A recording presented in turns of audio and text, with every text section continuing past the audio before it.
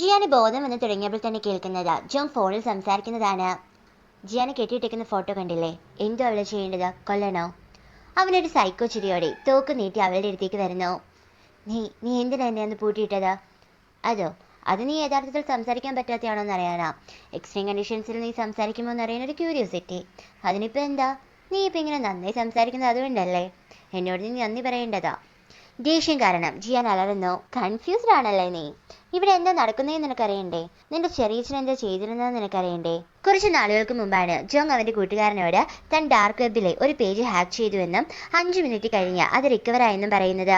ഇതിനെന്ത് പ്രത്യേകതയുണ്ടടാ? Something fishy. പക്ഷെ കൂട്ടുകാരൻ അതൊക്കെ ഫേക്ക് ആണെന്നും മറ്റും പറയുന്നു. അവർ തിരികെ തങ്ങൾ താമസിക്കുന്ന മുറിയിലേക്ക് ചെന്നതും പ്രതീക്ഷിക്കാത്ത കുറച്ച് അതിഥികൾ അവരെ കാത്തിരിപ്പുണ്ടായിരുന്നു. നിങ്ങളാണ് മദർ ഹെൽപ്പ് ഹാക്ക് ചെയ്തത്? പിന്നൊരടിയായിരുന്നു. രണ്ടുപേരും ഒറ്റയടിക്ക് തന്നെ നിലം പതിക്കുന്നു. ബോധം വീണ് ഉടനെ തന്നെ അവർക്ക് രണ്ടുപേർക്കും 2 കമ്പ്യൂട്ടറും കൊടുത്ത് മദർ ഹെൽപ്പ് വെബ്സൈറ്റ് വർക്ക് ചെയ്യുന്ന കമ്പ്യൂട്ടറിന്റെ IP അഡ്രസ് ഹാക്ക് ചെയ്യാൻ പറയുന്നു. തോക്കും മുന്നിൽ പിടിച്ചുള്ള നിൽപ്പല്ലേ?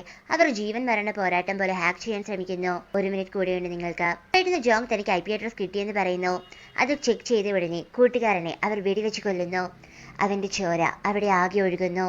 ആരായാലും സ്വന്തം ഫ്രണ്ട് ഈ രീതിയിൽ കൊല്ലപ്പെടുമ്പോൾ ഞെട്ടേണ്ടതല്ലേ? ജോങ് ആണെങ്കിൽ ഒരു ഭാവഭേദവുമില്ലാതെ അവരോട് ബോഡി എപ്പോഴാണ് അവിടെ നിന്ന് മാറ്റുന്നതെന്ന് ചോദിക്കുന്നു. ആ സമയത്താണ് ഞാൻ തന്നെ റിയലൈസ് ചെയ്തത്, ഐ ആം ഡിഫറെന്റ്. ഇതെന്താ നിന്റെ ജീവചരിത്രമോ? എന്റെ ചെറിയച്ഛനെ കുറിച്ചല്ലേ പറയാമെന്ന് പറഞ്ഞത്? അതെ, ഇതെല്ലാം കണക്റ്റഡാണ്. ചെയ്യാനൊന്ന് ക്ഷമയോടെ ഇരിക്കാം. IP അഡ്രസ് കിട്ടിയതോടെ അവർക്ക് ജോങ്മാന്റെ സ്ഥലം മനസ്സിലാകുകയും അവിടേക്ക് വിവരങ്ങൾ ശേഖരിക്കാനായി അവനെ അവിടേക്ക് സഹായിയായി വിടുകയും ചെയ്യുന്നു. ജോങ്ങിനാകട്ടെ അവിടെ ചെന്നിട്ട് ഹോസ് അങ്ങോട്ടും ഇങ്ങോട്ടും മാറ്റിവെക്കുന്നതല്ലാതെ മറ്റൊരു വിവരവും ലഭിക്കുന്നുമില്ല. അവൻ അവിടേക്ക് തിരഞ്ഞു നോക്കുന്നുണ്ടെങ്കിലും ഒന്നും കിട്ടുന്നില്ല. ഇനി വീടിനുള്ളിൽ വല്ലതും കാണുമോന്നറിയാൻ ടോയ്ലറ്റിൽ പോകുവാണെന്ന് കള്ളം പറഞ്ഞ് അവൻ വീടിനുള്ളിൽ കയറുന്നു. പക്ഷേ അവിടെ ഒരു മുറിയുടെ വാതിൽ തുറക്കാൻ ഇറങ്ങിയപ്പോഴേ ജോങ്മാന്റെ ശബ്ദം അവിടെ മുഴുകി കേൾക്കുന്നു. എന്തോ ചെയ്യുന്നേ? അതൊരു സ്പീക്കറായിരുന്നു. ജിയൻ കുഞ്ഞായിരിക്കുമ്പോൾ വീട്ടിൽ തനിച്ചായതുകൊണ്ട് വർക്ക്ഷോപ്പിൽ ഇരുന്നവളെ കാണാനായി ക്യാമറയും സംസാരിക്കാൻ സ്പീക്കറും ഘടിപ്പിച്ചതാണെന്ന് ജോങ്മാൻ പറയുന്നു. ഞാൻ ചുമ്മാ ഇവിടെയൊക്കെ നോക്കിയതാ. നീ കമ്പ്യൂട്ടർ എഞ്ചിനീയർ അല്ലേ? അതെ. എങ്കിൽ എൻ്റെ കമ്പ്യൂട്ടർ ഒന്ന് നോക്കാമോ? എന്ത് കുഴപ്പമുണ്ട്? അങ്ങനെ ജോങ് ജിൻമാന്റെ കമ്പ്യൂട്ടർ നോക്കുന്നു. അതിൽ എന്തൊക്കെ അപ്ഡേഷൻസും മറ്റും ചെയ്യാൻ അവൻ പറയുന്നു. രാത്രി വീട്ടിൽ വന്നിട്ട് അവൻ ജോങ്മാൻ അവന്റെ വർക്ക്ഷോപ്പിൽ കമ്പ്യൂട്ടർ ഓണാക്കാൻ കാത്തിരിക്കുന്നു. കാരണം അവൻ അതിവിടെ ഓണാക്കുമ്പോൾ ജോങ്ങിന്റെ കമ്പ്യൂട്ടറിലും അത് ഓണാകുമായിരുന്നു. ജോങ്മാൻ കമ്പ്യൂട്ടർ ഓണാക്കി മദർ ഹെൽപ്പിൽ ലോഗിൻ ചെയ്തതും അവന്റെ കമ്പ്യൂട്ടറും ലോഗിൻ ആകുന്നു. അവൻ അത് അത്ഭുതത്തോടെ വീക്ഷിക്കുന്നു. വിൽക്കാനുള്ള തോക്കുകളും അതിന്റെ വിലയുമൊക്കെയായിരുന്നു അതിൽ. പെട്ടെന്ന് അവന്റെ ഫോണിൽ ഗ്രേവ് ജോബ് എന്ന മെസ്സേജ് വരുന്നു. തന്റെ മുറിയുടെ വാതിൽ ആരോ തുറക്കുന്നതും അവന്റെ ശ്രദ്ധയിൽപ്പെടുന്നു. ധൃതി പിടിച്ച് അവൻ കമ്പ്യൂട്ടറിൽ എന്തൊക്കെയോ ചെയ്യുന്നു. ആ വന്നയാൾ തോക്ക് അവന് നേരെ ചൂണ്ടുന്നു. ദാ നോക്ക്, നിങ്ങളിപ്പോൾ എന്നെ കൊന്നാൽ ഈ സൈറ്റ് പിന്നീട് ഒരിക്കലും നിങ്ങൾക്ക് ആക്സസ് ചെയ്യാൻ പറ്റില്ല. അങ്ങനെ ഞാനത് സെറ്റാക്കി വെച്ചിരിക്കുന്നത്. അയാൾ ഫോൺ എടുത്ത് തലവനെ വിളിക്കുന്നു. നിനക്ക് നല്ല തൻ്റെ ഇടമാണല്ലോ ചെക്ക. എൻ്റെ ജീവന് നിങ്ങൾക്ക് വിലയില്ലെങ്കിലും എനിക്കുണ്ട്. ഒരു നിമിഷത്തെ സൈലൻസിന് ശേഷം അയാൾ തീർത്തേക്കാൻ പറയുന്നു. നിക്ക്, എൻ്റെ കയ്യിലൊരു പ്ലാൻ ഉണ്ട്. പറ കേൾക്കട്ടെ. അങ്ങനെ ആ പ്ലാൻ അനുസരിച്ചെല്ലാം നടന്നുകൊണ്ടാണ് ഇന്ന് നീ ഇവിടെ ഇരിക്കുന്നത്. നിന്റെ ചെറിയച്ഛനെ ഞാൻ എങ്ങനെ കൊന്നതെന്നറിയണ്ടേ? ജോങ്ങിന്റെ കള്ളത്തിനെ മനസ്സിലാക്കി അവനെ കെട്ടിയിട്ട ജിൻമാനിന് അവൻ ജിയാന്റേതാണെന്ന് പറഞ്ഞ് ഒരു വോയിസ് ക്ലിപ്പ് കേൾപ്പിച്ചു കൊടുക്കുന്നു. തന്നെ രക്ഷിക്കണമെന്നും മറ്റും അവൾ നിലവിളിക്കുന്നതായിരുന്നു ആ ക്ലിപ്പ്. അത് വിശ്വസിച്ച ജിൻമാൻ താൻ എന്ത് വേണമെങ്കിലും ചെയ്യാമെന്നും ജിയാനെ വെറുതെ വിടാനും പറയുന്നു. ജിൻമാൻ പസിനെ ഫോൺ വിളിച്ചിട്ട് നീ ഇനി പണം തിരികെ തരണ്ട എന്ന് പറയുന്നു. എന്നിട്ട് ജോങ്ങിന്റെ വായിൽ കത്തിവെച്ചിട്ട് ബേബിലോണിനോട് അവന്റെ പ്രോമിസ് കീപ്പ് ചെയ്യണമെന്ന് പറയണമെന്ന് പറയുന്നു. എന്നിട്ട് ആ കത്തി കൊണ്ട് ഒരൊറ്റ വെട്ടിന് അവനെ കെട്ടിവെച്ച് കയറി മുറിക്കുന്നു. അങ്ങനെ ജോങ് ഫ്രീ ആവുന്നു. പതിയെ പേടിച്ചവൻ ജിൻമാൻ കയറിപ്പോയി ബാത്റൂമിലേക്ക് ചെല്ലുന്നു. അവിടെ ചെന്നപ്പോഴുള്ള കാഴ്ചയോ സ്വയം ഞരമ്പ് മുറിച്ച് മരിച്ചു കിടക്കുന്ന ജിൻമാൻ. അതെ, ജിയാനെ ജീവനോടെ കിട്ടാൻ ജിൻമാൻ മരിക്കണമെന്നതായിരുന്നു ബേബിലോണിന്റെ തീരുമാനം. ഇതെല്ലാം ക്യാമറയിലൂടെ കാണുകയാണ് നമ്മുടെ ജിയാൻ. നീ എങ്ങനെ ഒരു ഫേക്ക് വോയിസ് ഉണ്ടാക്കി? ഡീപ് ഫേക്ക് മോളെ, ഇപ്പൊ അതിന്റെ കാലമല്ലേ. പക്ഷെ നിന്റെ ഗ്രേറ്റ് ചെറിയച്ഛൻ അതിൽ വീഴുമെന്ന് ഞാൻ കരുതിയതേ ഇല്ല.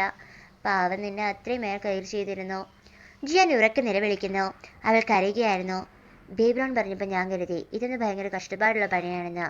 ബട്ട് ഞാനത് പുഷ്പം പോലെ ചെയ്തു. ഞാനൊരു സംഭവം തന്നെ. അവൻ വീണ്ടും ആ ക്ലിപ്പ് കാണുന്നു. പെട്ടെന്ന് കരഞ്ഞുകൊണ്ടിരുന്ന ജിയാൻ ചിരിക്കുന്നു. എന്താടേ? നീ വലിയ ബുദ്ധിമാനാണെന്ന് സ്വയം കരുതുന്നു. ബട്ട് നീയൊരു പൊട്ടനാ. എന്താ? ഇവിടുന്ന് പുറത്തിറങ്ങുമ്പോൾ ബേബിലോൺ നിന്നെ കൊല്ലും. നീ ചത്താലും ജീവിച്ചാലും അവർക്കൊന്നുമില്ല. നീ അവരുമായിട്ടല്ല ഞാനുമായിട്ട് അടിയിലുണ്ടാക്കേണ്ടത്. ഇതിനെപ്പോലെ ഒരുപാട് ആളുകൾ ഞാൻ ഗ്രീൻ കോഡ് ആയതുകൊണ്ട് എന്നെ രക്ഷിക്കാനായും വരും. ദേഷ്യം വന്നവൻ തോക്ക് നീട്ടി അവളുടെ നേരെ വരുന്നു. കൈ മാത്രമല്ലേ കെട്ടിയിട്ടിട്ടുള്ളൂ. അവൾ കാലുകൊണ്ട് അവനെ നിലത്തിടുന്നു. എന്നിട്ട് അവന്റെ ചെവി കടിച്ചു പറിച്ചെറിയുന്നു. എങ്ങനെയൊക്കെയോ കയ്യിലെ കെട്ടുമഴിച്ച് അവൾ ഓടുന്നു. പുറകെ ജോങ്ങും. അവൾ ഒരിടത്ത് കയറി ഒളിച്ചിരിക്കുന്നു. അവനാകട്ടെ തോക്കും കൊണ്ട് അവളുടെ പേര് വിളിച്ചു നടക്കുന്നു. തന്റെ ചുറ്റുമുള്ള കാര്യങ്ങൾ അവൾ നോക്കുന്നു. ചെറിയച്ഛൻ പണ്ട് പറഞ്ഞതുപോലെ എങ്ങനെയെങ്കിലും തനിക്ക് സർവൈവ് ചെയ്യണമെന്ന് അവൾ ഉറപ്പിക്കുന്നു. ജിയാൻ, നീ എന്നെ വെറുക്കല്ലേ. നിന്റെ ചിറ്റപ്പനത്തിന് നല്ലയാളൊന്നുമല്ല. അയാളും ഒത്തിരി പേരെ കൊന്നിട്ടുണ്ടായിരിക്കും. അയാളെ ഞാൻ കൊന്നു. എൻ്റെ അടുത്തുനിന്ന് നിനക്ക് രക്ഷപ്പെടാം. പെട്ടെന്ന് നിലത്ത് കിടന്ന ഓയിലിൽ തന്നെ അവന്റെ കാൽ ജിയാനിന്റെ കുരുക്കിൽ വീഴുന്നു. അവൾ അത് വലിച്ചു മുറുകെ കെട്ടുന്നു. എന്റെ ചെറിയ നീയുമായി ഒരിക്കലും കമ്പയർ ചെയ്യരുത്. അവൾ അവനിട്ട് നല്ല ഇടി വെച്ച് കൊടുക്കുന്നു. അവന്റെ ബോധവും പോകുന്നു. വീണ്ടും അറ്റാക്കുണ്ടാകും. പക്ഷെ നീ എന്താ ആകെ 12 ബുള്ളറ്റും കൊണ്ട് വന്നത്? തന്നെ മുറിയിൽ മരുന്ന് പുരട്ടിക്കൊണ്ട് മീന ബ്രദറിനോട് ചോദിച്ചു. അവനാണെങ്കിൽ ആകട്ടെ അവിടുത്തെ ഭിത്തിയൊക്കെ തട്ടി നോക്കിയിട്ട് അവസാനം ഒരു ചുറ്റിക എടുത്ത് കൊണ്ടുവന്ന് അവിടെ അടിച്ചു പൊളിക്കുന്നു. ഇനി അതിനകം കണ്ട് അത്ഭുതപ്പെടുന്നു. ഹൈ ക്വാളിറ്റി തോക്കുകളായിരുന്നു അവ. ചുമ്മാതൊന്നുമല്ല ജിൻമൻ വീട് പുതുക്കി പണിതത്. ഇതേ സമയം വില്ലനാകട്ടെ പുതിയ ടീമിനെ അറ്റാക്കിനായി വിടാൻ റെഡിയാക്കുകയായിരുന്നു. ഒരു കൊച്ചു പട്ടിയെ പോലെ തോന്നിക്കുന്ന റോബോട്ടും അവരുടെ കൂടെ ഉണ്ടായിരുന്നു. അതാദ്യം വീട് ലക്ഷ്യമാക്കി പോകുന്നു. പിന്നാലെ പുതിയ ടീമിലെ ആളുകളും. ഇതിനോടകം ബ്രദർ വീടിന്റെ സെക്യൂരിറ്റി സിസ്റ്റം ഓൺ ആക്കിയിരുന്നു. അതൊരു ബുള്ളറ്റ് പ്രൂഫ് ഷട്ടർ വീടിന്റെ എല്ലാ ഓപ്പണിങ്സിൽ നിന്നും, അതായത് വാതിലിന്റെ ജനലിന്റെ മുകളിൽ നിന്ന് താഴേക്ക് പതിയെ വീഴാൻ തുടങ്ങുന്നു. പക്ഷെ ആ റോബോട്ട് ഇതിനോടകം ഉള്ളിലേക്ക് കടന്നിരിക്കുന്നു. അതിനെ വെടിവെച്ചിടാൻ മീന നോക്കുന്നുണ്ടെങ്കിലും കഴിയുന്നില്ല. എന്തായാലും അവരുടെ മുറിയുടെ വാതിൽ അടയും മുമ്പ് തന്നെ ഉള്ളിലേക്ക് കയറാൻ പറ്റുന്നില്ല. മറ്റേ റോബോട്ട് മെയിൻ വാതിലിന്റെ ഷട്ടർ പൂർണ്ണമായും താഴെ മുമ്പ് അവിടെ ചെന്നത് താഴാതെ ഇടയ്ക്ക് കയറി നിൽക്കുന്നു. അങ്ങനെ പുറകെ വന്നവർക്ക് വീടിനുള്ളിൽ കയറാൻ പറ്റുന്നു. പക്ഷേ ആ ലിവിംഗ് ഏരിയ ഒഴികെ ബാക്കിയുള്ളിടത്തൊന്നും അവർക്ക് കയറാൻ പറ്റിയില്ല. കാരണം ബാക്കിയുള്ള എല്ലാ ഷട്ടേഴ്സും അതിനോടകം താഴ്ന്നിരുന്നു. ഇപ്പോൾ അവർ ഒരുമാതിരി കൂട്ടിൽപ്പെട്ട കിളികളെ പോലെ ആകുന്നു. ജിയാൻ എന്ത് ചെയ്യണമെന്നറിയാതെ അവിടെ ഇരുന്നൊരു ബുക്ക് എടുത്ത് വായിക്കുന്നു. ജിയാൻ, എനിക്കറിയാം നീ കൺഫ്യൂസ്ഡ് ആണെന്ന്.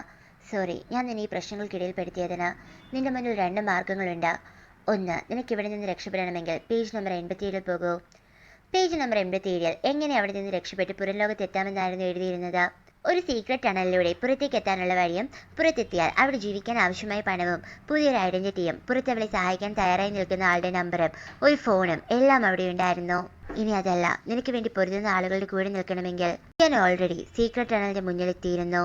റോബോട്ട് ഒരു തുളയുണ്ടാക്കി കുഴൽ പോലെ ഒരു സാധനം ഉള്ളിലേക്ക് ഇട്ടിട്ട് അതുവഴി എന്തോ ഗ്യാസ് അകത്തേക്ക് വിടുന്നു. ബ്രദറും മിനയും എന്തിനു വില്ലന്മാരും വരെ മാസ്ക് വെക്കുന്നു. പെട്ടെന്ന് ആ ഷട്ടർ തുറക്കപ്പെടുന്നു. റോബോട്ട് അതിൽ കുരുങ്ങി നിശ്ചലമാകുന്നു. പിന്നെ അങ്ങോട്ട് വിളയാട്ടം. അതെ, നമ്മുടെ മിനയുടെ. അവൾ ചാടി വീണ് ആ പുകയ്ക്കിടയിലൂടെ ടിഷ്യും എന്ന് വെടിവെക്കുകയാണ്. വീഡിയോ ഗെയിംസിലൊക്കെ ഉള്ള പോലെ അത്ര ചടുലമായിട്ടായിരുന്നു അവളുടെ നീക്കം. പക്ഷെ അവൾക്കും പരിക്കേൽക്കുന്നുണ്ട്. ചേച്ചി, ദാ ഇങ്ങോട്ട് വാ. അതെ, അത് നമ്മുടെ ജിയാനായിരുന്നു. അവൾ തനിക്ക് വേണ്ടി പൊരുതുന്നവരുടെ കൂടെ നിൽക്കാൻ തീരുമാനിച്ചിരിക്കുന്നു. മിനയെ ഉള്ളിലേക്ക് കയറ്റി ഷട്ടർ താഴെ മുമ്പേ 2 ഗ്രനേഡുകൾ അവൾ ലിവിംഗ് റൂമിലേക്ക് എറിയുന്നു. പിന്നെ പറയണ്ടല്ലോ, എല്ലാവരും ക്ലോസ്. മിനയുടെ മുറിവുകൾ വെച്ചു കെട്ടുകയായിരുന്നു ജിയാനും ബ്രദറും. പെട്ടെന്ന് ആ വാതിൽ തള്ളി തുറക്കപ്പെടുന്നു. മുഖം പകുതി കരഞ്ഞ ആ ടീം ലീഡർ അങ്ങോട്ടേക്ക് വന്ന മിനക്കിട്ട് 2 വെടിയും വെച്ചിട്ട് ജിയാനെ പുഷ്പം പോലെ തൂക്കിയെടുത്ത് അപ്പുറത്തെ മുറിയിലേക്ക് കൊണ്ടുപോകുന്നു. ബ്രദർ തടയാൻ ശ്രമിക്കുന്നുണ്ടെങ്കിലും കഴിയുന്നില്ല. തന്റെ സുന്ദരമായ മുഖം പൊള്ളിച്ചതിന്റെ പ്രതികാരമായി ജിയാന്റെ മുഖം കത്തിക്കൊണ്ട് വരഞ്ഞ് വികൃതമാക്കാൻ അയാൾ ഒരുങ്ങുന്നുണ്ടെങ്കിലും ആരുടെ ആക്രമണത്തിൽ അയാൾ മരിച്ചു വീഴുന്നു. അത് പസിനായിരുന്നു. ജിയാൻ അയാളെ കെട്ടിപ്പിടിക്കുന്നു. വാത്സല്യത്തോടെ അയാൾ തിരികെയും. സമയമില്ല ജിയാൻ, നിന്റെ അച്ഛനെയും അമ്മയും കൊന്നു വരുന്നുണ്ട്. അവൾ ആശങ്കയോടെ അവനെ നോക്കുന്നു.